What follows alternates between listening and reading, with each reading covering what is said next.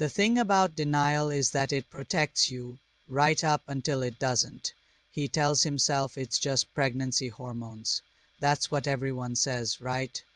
Pregnant women get strange cravings, weird mood swings, bizarre behavior. It's normal, it's science, it's not supernatural. But then again, science doesn't explain why his wife has been pregnant for over a year. The calendar on the kitchen wall has 13 months marked with red circles, 13 full moons. The doctors keep scheduling appointments and then canceling them because they don't know what to say anymore. Their last visit ended with the specialist literally shaking his head and walking out of the room. She's in the backyard right now. It's 3 in the afternoon, 90 degrees outside, and she's lying on the cold concrete in the shade, pressed against the ground like she's trying to absorb the coolness through her skin. Her pregnant belly is enormous, stretching her sundress to its limits. From the kitchen window, he watches her and tries to remember when things started feeling wrong. Maybe it was 2 months ago when he woke up to find her eating the goldfish, not the crackers, the actual goldfish from their aquarium. She was sitting cross-legged on the bathroom floor, crunching them between her teeth, tank water dripping down her chin. When he screamed, she looked at him with confusion, as if he was the one doing something strange. Or maybe it was before that. Maybe it was when her skin started feeling different, dry, papery. Sometimes when she moves, he hears a rustling sound, like something is shifting beneath the surface. The phone rings. It's the number again. The one that's been calling for 3 days straight. He's been ignoring it, but something makes him answer this time. The voice on the other end is old, cracked, urgent. Says he's calling from the reptile sanctuary outside town. Says he knows what's happening. Says they need to talk before the next full moon, 2 days. That's how long until the 13th moon. He hangs up. This is ridiculous. His wife is not a supernatural creature. She's a woman. A normal woman who teaches children and waters plants and used to laugh at his terrible jokes. Used to. When was the last time she laughed? When was the last time she spoke in full sentences? These days she mostly hisses and clicks her tongue, making sounds that don't quite form words. He goes outside to check on her. She's still on the concrete, but now her eyes are closed. In the sunlight, he can see her skin more clearly. There's a pattern to it now, a scale-like texture emerging, especially around her neck and shoulders. He reaches out to touch her, and she moves faster than any pregnant woman should be able to move, grabbing his wrist. Her grip is cold. Her eyes, when they open, are different. The pupils are no longer round. She releases him and curls back into her spot on the concrete. He backs away slowly, heart hammering. That evening, he drives to the reptile sanctuary. It's farther than he expected, down dirt roads and past farms until he reaches a property surrounded by chain-link fencing. The smell hits him first. Musty, organic, reptilian. The old man is waiting by the entrance, leaning on a cane carved with serpent patterns. Doesn't ask for introductions, just says to follow him. Inside, the sanctuary is temperature-controlled and humid. Terrariums line the walls, each containing different species of snakes. Some are small, harmless. Others are massive, coiled in the corners of their enclosures, watching with ancient eyes. The old man leads him to a back office cluttered with journals, books, and preserved specimens in jars. On one wall hangs a tapestry depicting a woman with a snake's tail holding a human child.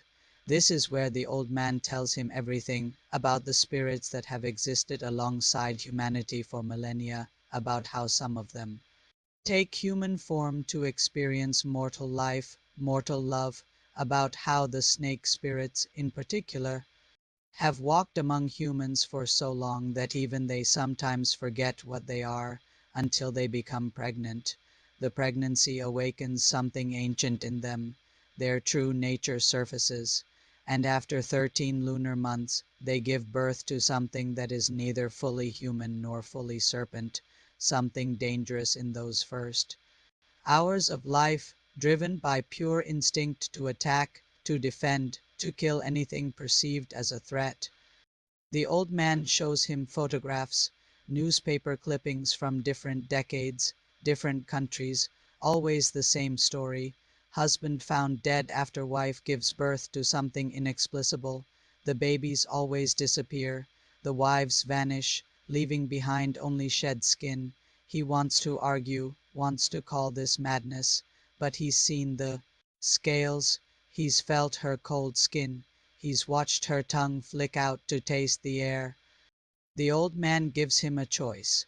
There's a ritual, ancient words, blessed objects, specific herbs. If performed before the birth, it can suppress the transformation. The baby will be born human. The wife will remain human. They can have a normal life, but there's a cost. The ritual binds the spirit permanently, traps it in human form. Forever, no escape, no return to what it truly is. And spirits, when trapped, suffer. They live, but they're never whole, never free. Or he can do nothing. Let nature take its course. Let the transformation happen. Let the baby be born as it's meant to be born. But then he needs to leave, disappear before the birth. Let her return to the wild, to the spirit realm, to wherever creatures like her belong. The old man says he can't make the decision for him, says some. Men choose love, try the ritual, trap their wives in human form. Says other men choose truth, walk away, let their wives be free, even if it means losing them. He drives home in silence. The moon is rising, waxing toward fullness. One more day. His wife is in the bathtub again, submerged in cold water. Her belly moves with independent life, shapes pressing against her skin from the inside. When she sees him, she makes a sound, not quite words, not quite hissing, something between. He sits on the bathroom floor next to the tub, takes her cold hand in his, and he realizes he doesn't know which choice to make. Does he love her enough to trap her? To keep her human, keep her with him, even knowing she'll never be complete? Even knowing he'd be imprisoning what she truly is? Or does he love her enough to let her go, to accept that she was never really his to keep? That some loves aren't meant to last forever. The water in the tub ripples. Her belly contracts. She squeezes his hand, and for a moment, just a moment, her eyes look human again, pleading, but he can't tell what she's pleading for. To be saved, or to be freed. Tomorrow the moon will be full. Tomorrow everything ends. Tomorrow he'll have to choose.